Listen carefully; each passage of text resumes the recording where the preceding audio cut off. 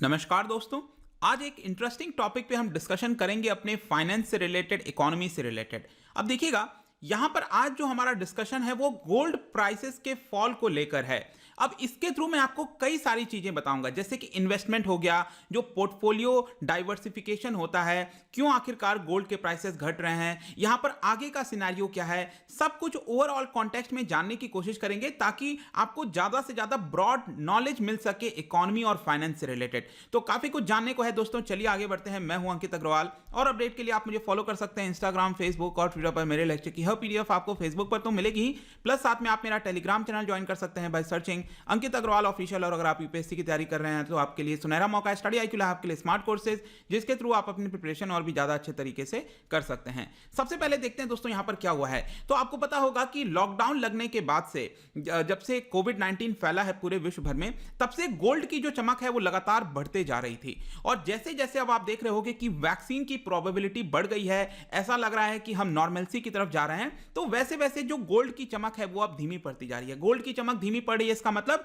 Gold के prices अब लगातार आपको फॉल देखने को मिल रहा होगा। स्पेशली यहां पर मैं आपको एग्जांपल दूंगा, जब फाइजर और बायोएनटेक के द्वारा अनाउंसमेंट किया जाने वाला था, उसके जस्ट पहले अगर आप देखिए 9 नवंबर को, तो गोल्ड के प्राइस क्या थे। 24 कैरेट गोल्ड का प्राइस करीब 52,000 रुपीज था पर 10 ग्राम की मैं बात कर रहा हूं। लेकिन जैसे ही यहां पर इनके द्वारा अनाउंसमेंट किया गया, उसके आगे आने वाले 1-2 हफ्तों में हमें क्या देखने को मिला कि यहां पर जो गोल्ड के प्राइसेस हैं उसमें सडन फॉल देखने को मिला है, करीब 7.7% का, और ये करीब अब 48,000 के आसपास आ चुका है। और स्पेशली ग्लोबल मार्केट में भी आप देख सकते हो कि इसके अंदर 5 से 6% की गिरावट देखने को मिली है। और यहां पर आप पिछले 1 साल का जो गोल्ड का प्राइसेस है उसको ट्रैक कर पा रहे हो। स्पेशली आप देखेंगे अप्रैल के महीने के बाद से लगातार जो गोल्ड के प्राइसेस थे वो आसमान छूते जा रहे थे, और आगे चलकर आप देख सकते हो मैक्सिमम ये करीब 57-58,000 के आसपास पहुंच गया था पर 10 ग्राम के हिसाब से। लेकिन उसके बाद जैसे जैसे स्पेशली यहां पर अगर आप देखिए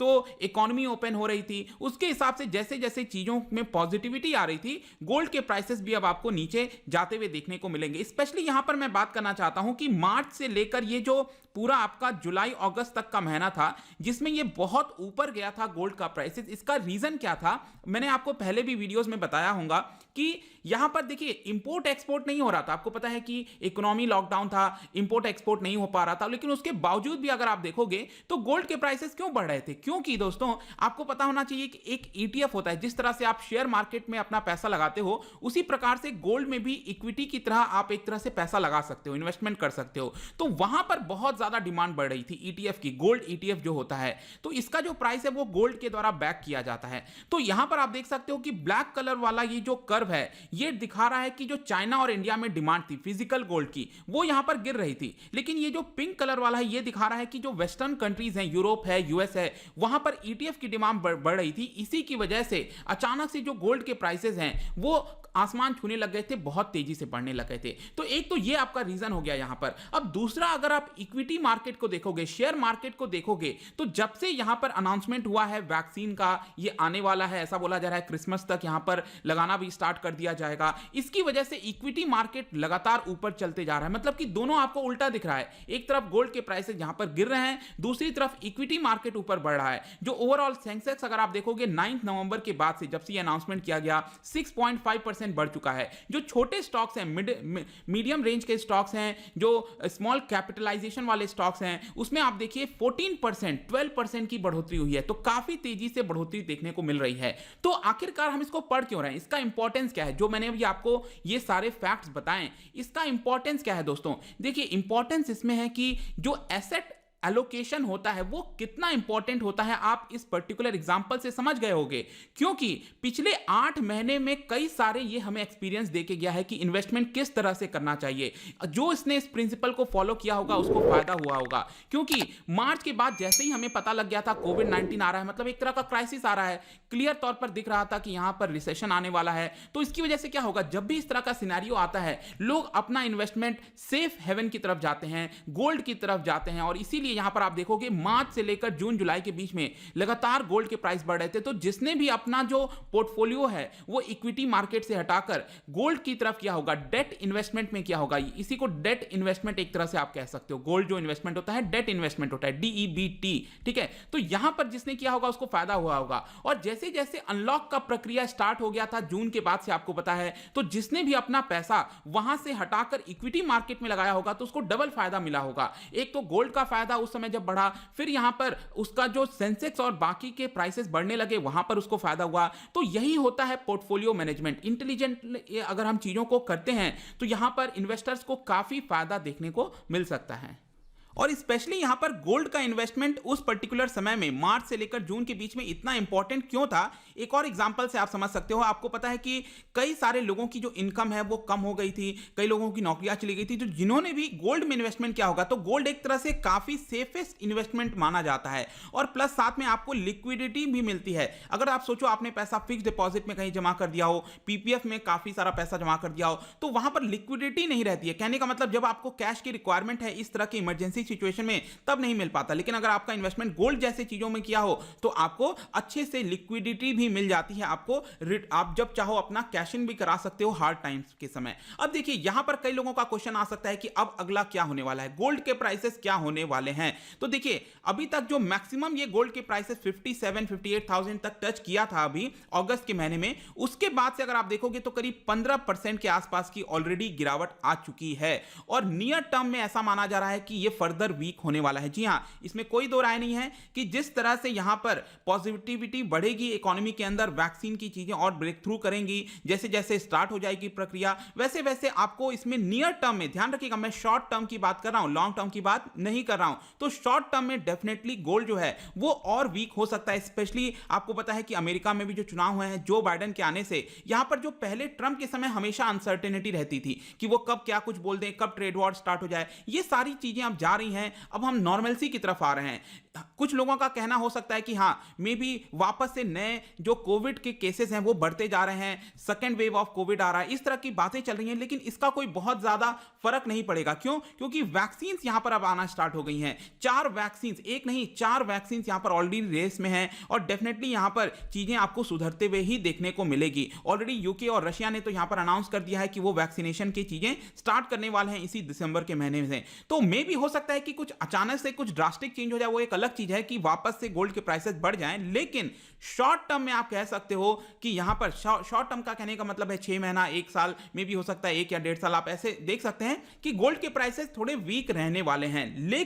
लेकिन यहां पर कई लोग चिंता कर सकते हैं कि कई लोगों ने इन्वेस्टमेंट किया था 50,000 के ऊपर, उनका क्या होगा? क्या उनको वरी करने की जरूरत है, चिंता करने की जरूरत है? बिल्कुल। अगर आप एक ट्रेडर हो तो आपको चिंता करने की जरूरत है। अगर आप ट्रेडर हो, ट्रेडर कौन होता है कि जो शॉर्ट टर्म प्रॉफिट में, छोटे समय में प्रॉफिट कमाना चाहता है, तो उसने यहां पर तुरंत खरीदा और चाहता है कि 15 दिन के अंदर, 1 महीने के अंदर जैसे ही प्राइसेस बढ़े उसके अंदर ही यहां पर तुरंत वो प्रॉफिट बुक कर ले, तो उसको चिंता की बात है। क्योंकि शॉर्ट टर्म में यहां पर वापस से बहुत ज्यादा ऊंचाई देखने को नहीं मिलता है गोल्ड के प्राइसेस में।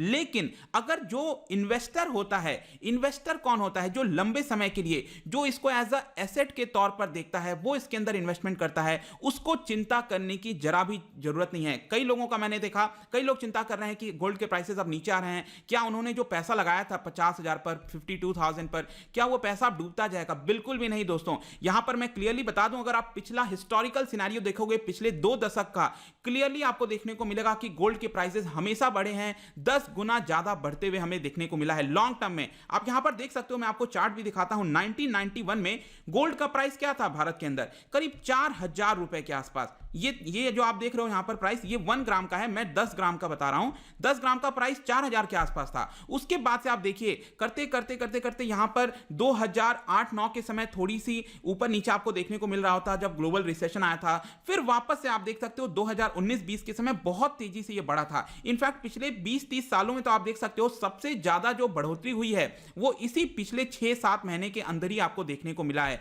तो यहां पर मैंने आपको क्या बताया, शॉर्ट टर्म में हो सकता है कि ये अभी 40,000 तक आ जाए, मे बी 35 आ जाए, no one knows about it. Maybe हो सकता है वहां तक ना जाए, हो सकता है 45,000 तक ही रुके, वापस से ये ऊपर चला जाए। लेकिन शॉर्ट टर्म में डेफिनेटली कमजोरी रहेगी, लेकिन लॉन्ग टर्म में जो इन्वेस्टर्स होते हैं उनको चिंता करने की जरूरत नहीं है। क्यों? इसका रीजन मैं इतना कॉन्फिडेंटली क्यों बोल रहा हूं दोस्तों, क्योंकि रिमेंबर कि जो सप्लाई है गोल्ड का वो लिमिटेड है। यहां पर डिमांड हमेशा बनी रहती है, इंडिविजुअल्स के द्वारा डिमांड किया जाता है, लोगों के द्वारा किया जाता है, सेंट्रल बैंक हैं अलग अलग देशों के, इनके द्वारा डिमांड किया जाता है।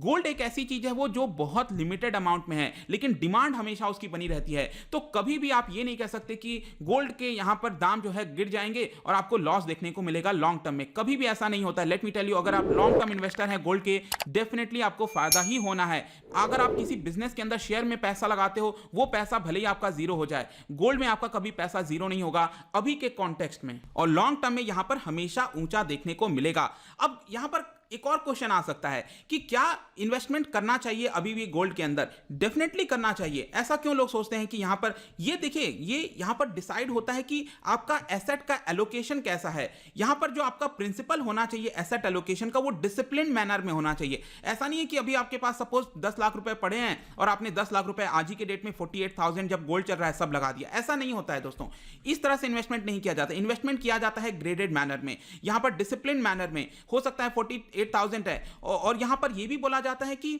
आपका जो इन्वेस्टमेंट है गोल्ड में डेट के अंदर, वो 5 से 10% आपके पोर्टफोलियो का होना चाहिए। मतलब कि सपोज आपने 1 लाख रुपए का इन्वेस्टमेंट किया है, उसमें से कुछ हिस्सा आपने शेयर मार्केट में लगा दिया, कुछ यहां पर बॉन्ड के ऊपर लगा दिया, तो वैसे ही 5 से 10% हिस्सा लोगों को गोल्ड में भी लगाना चाहिए, क्योंकि ये एक सेफेस्ट इन्वेस्टमेंट होता है और आपको इमरजेंसी के समय काफी हेल्प करता है। और अभी भी अगर आप आगे का सिनेरियो देखोगे, आपको पता है कि बैंक में अगर आप अपना पैसा डालते हो तो वहां पर इंटरेस्ट रेट यहां पर बहुत लो चल रहा है, लेकिन दूसरी तरफ इन्फ्लेशन हाई है। ऑलरेडी हमने अभी चर्चा किया था एमपीसी के कमेटी में कि किस तरह से यहां पर इन्फ्लेशन को लेकर चिंता है। तो यहां पर अगर सपोज इन्फ्लेशन 9% बना हुआ है, 8% बना हुआ है, बैंक से आपको रिटर्न आ रहा है सिर्फ 4% का, तो यहां पर आपको 4% का लॉस हुआ ना एक तरह से, तो नेगेटिव रिटर्न मिल रहा है अगर आप बैंक में जमा कर रहे हो। उस केस में यहां पर जो गोल्ड है वो आपके पैसे का जो कैपिटल की वैल्यू है उसको गिरने नहीं देता है, उसको हमेशा से बढ़ाता रहता है। इसलिए गोल्ड के इन्वेस्टमेंट के लिए कभी कोई सही या गलत टाइम नहीं है। हाँ, हो सकता है अभी थोड़ा सा वैल्यूएशन हाई है,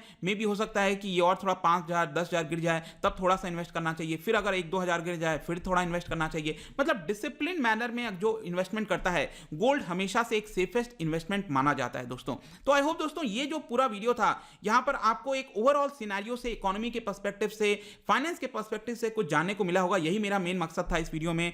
जाने से पहले मैं आपके लिए क्वेश्चन लेकर आया हूं, आपको बताना है कि इनमें से ये जो पेयर्स मैंने यहां पर दिए हैं, आपको बताना है कि Which of the following does not contain a coinage metal? देखिए coinage metal का मतलब हिस्टोरिकली आपने देखा होगा जब भी कोई नया राजा आता था, कोई भी जो लोग होते थे वो अलग अलग प्रकार के कॉइन्स निकालते थे, लेकिन कौन सा कॉम्बिनेशन अभी तक कॉइन्स में यूज नहीं किया गया है, वो कॉइनेज मेटल में नहीं आता है। ठीक है, वो आपको बताना है। इसका राइट आंसर मैं अपने इंस्टाग्राम पर तो ऑब्वियसली डालूंगा ही, स्टोरीज के फॉर्म में आप प्ले कर सकते हो। अगर आप वहां पर नहीं हो तो टेलीग्राम से भी आप इसका राइट आंसर ले सकते हैं। मैं कई सारे एमसीक्यूज यहां पर डालता रहता हूं, आप स्टोरीज में जाकर प्ले कर सकते हो। अगर आप मुझसे इकोनॉमी पढ़ना चाहते हो, कोई भी कोर्स परचेज करना चाहते हैं, स्टडी IQ ऐप पर जा सकते हैं। आई होप कि ये वीडियो आपको पसंद आया होगा। मिलता हूं आपसे next time. Till then, thank you very much, see you soon.